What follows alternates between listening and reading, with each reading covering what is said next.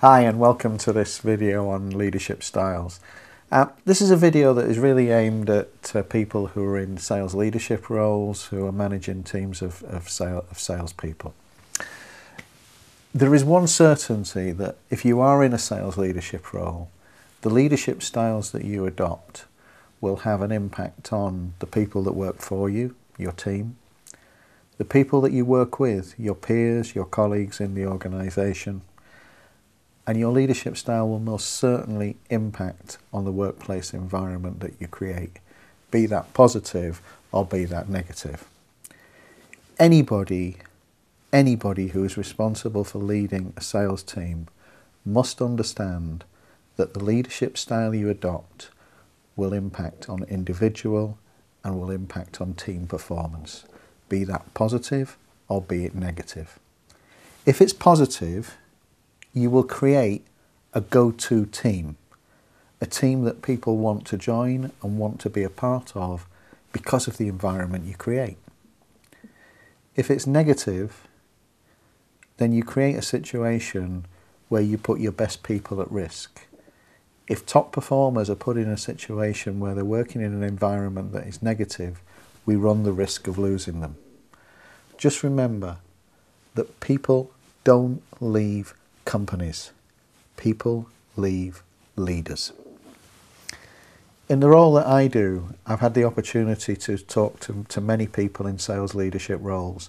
And one of the questions I often ask is, describe for me your leadership style. And I'll get responses that will vary from coach, firm but fair, even inspirational. And actually, all of those answers are correct. But they're also answers that demonstrate how leaders limit the performance of their people by limiting their own leadership styles. Just imagine you lead a team of 10 salespeople. Out of 10 salespeople, how many do you think are likely to react positively to the same leadership style? Well, the answer is probably around 2, 3, possibly 4 people. And that leaves the rest of the team, at best, neutral about the leadership style the leader adopts.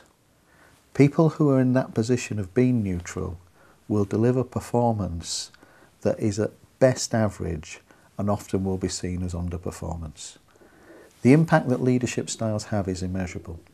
How often, if you think about it, have you seen a situation where a leader changes and suddenly someone who was always seen as an average performer now becomes a very good performer? And equally, someone who was seen as an outstanding performer suddenly starts to decline and become quite an average performer. What's changed? The customers, the market, the products? No.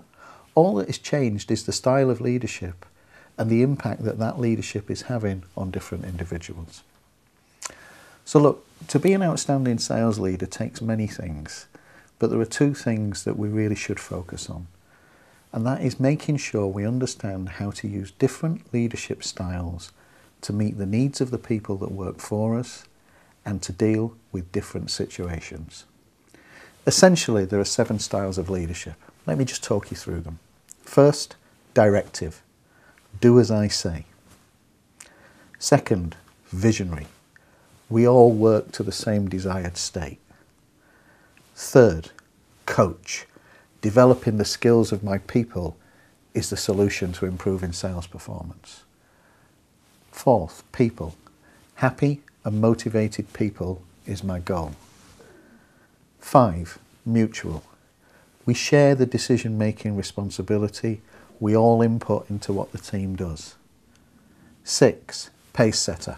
I'm out in front. Follow me. I'll show you the way. That's often a style adopted by people who are very new to leadership. And last but not least, number 7, mentor. I'll work with you and reflect with you on how you can find your own solutions. Now, here's the news. As a consequence of your education, your upbringing, your early business experience, 2 or 3 of those leadership styles will be quite natural for you.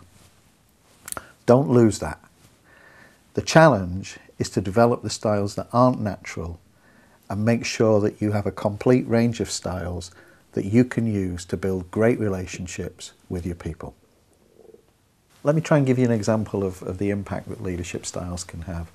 Recently, I was working with a very well-respected line manager in a sales leadership position who has a reputation for developing new people.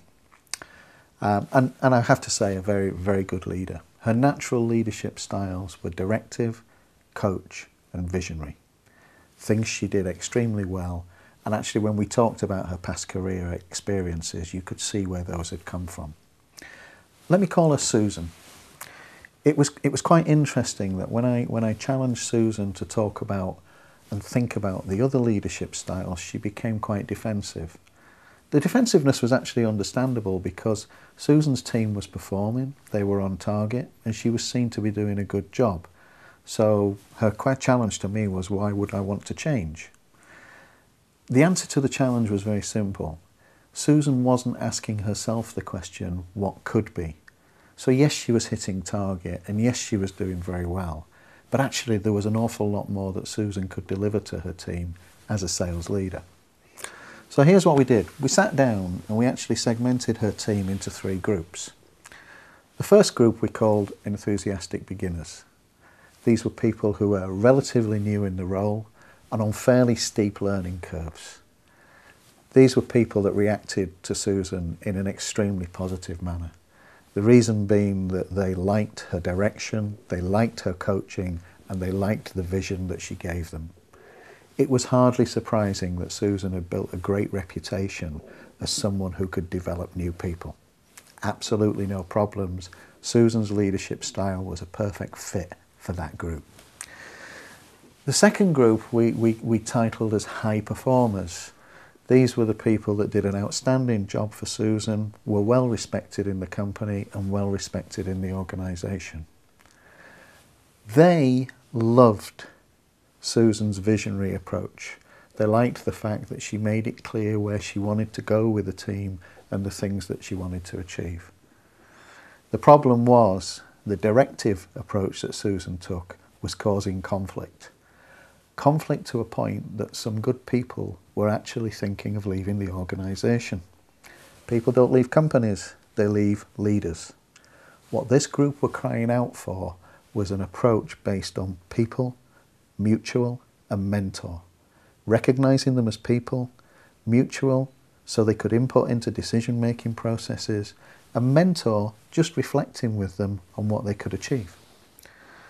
And the third group we came up with, we would describe as skilled but cautious. These were people who were kind of average performers, doing enough to get by. Susan's approach of visionary did have some effect, but it needed the support of people and coach. Susan's approach of direction actually again caused conflict because the things that Susan was trying to direct them to do, they were actually finding reasons not to do it. The result of this became a situation of frustration on both sides and a real frustration for Susan because the reality is that this is the group where genuine sales growth could actually come from if she could get these people motivated and engaged with what she was trying to achieve. So, having completed that piece of analysis, the challenge for Susan was to put 3 strategies in place. The first was with the enthusiastic beginners. And here it was simply a question of doing what she was already doing. Susan's natural leadership styles of directive, coach and visionary were producing outstanding results with this group. So all we asked Susan to do was to maintain what she was already doing. High performers brought a slightly different challenge. Here it was a change of continuing to be visionary, but also introducing now people, mutual and mentor. The mutual became part of day-to-day life, involving the high achievers in the decision-making process, the strategy and the direction that the team was going in. The mentor came out at monthly one-to-one meetings, where Susan started to become much more reflective with the high achievers rather than trying to direct them on what was needed to be done. The result was improved morale, improved enthusiasm, and most significantly of all, an improvement in performance from the high achievers. And with the third group, the skilled but cautious, well, this was the biggest challenge. This was about using the skills of people leadership and coaching to give this group the skills and self-belief that they could go out and improve performance. It took patience, it took belief, and it was very hard at times for Susan not to just default back to being directive, because it was also very frustrating. I have to say, some months on, we're now seeing significant progress with this group. Morale has improved, and again, most importantly, performance has improved. So Susan put 3 strategies into action. The result? She became a better leader. The team became a better team. In her organisation, it's now seen as a go-to team. It's a team that people want to be a part of. And perhaps more important than anything, Susan's team performance has increased significantly, so she's become one of the top performing teams in the organisation. So, the challenge for you is simple. Why don't you go and do what Susan did? 3 action points.